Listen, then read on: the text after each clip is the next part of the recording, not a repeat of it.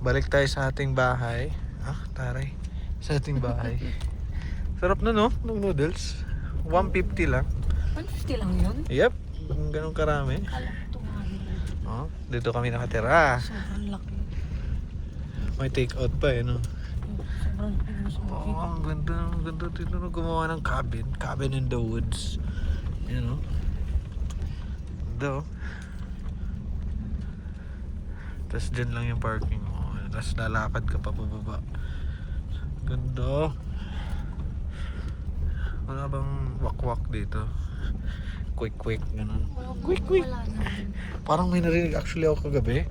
Yung ano ba yung parang hindi naman siya wolf.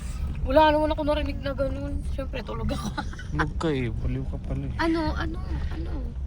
Anong tunog? Hindi ko maalala, basta parang I don't know kung owl or parang maliit na wolf. Ewan ko, hindi ko alam yung mga parang may bagong bisita. May palaka siya. Sila ba yan?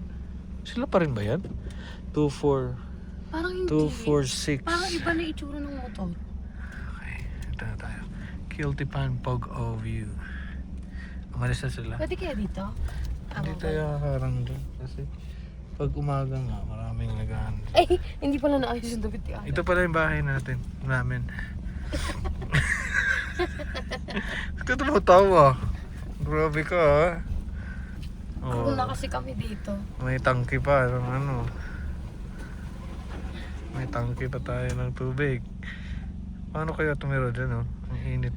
Diyan nga daw sila natutulog. Oven. Sabi ni Kuya. Pag mainit. Pero pag gato, naharangan naman ng ng bundok. So, we're good. Okay. Alright. Ito na. Baba!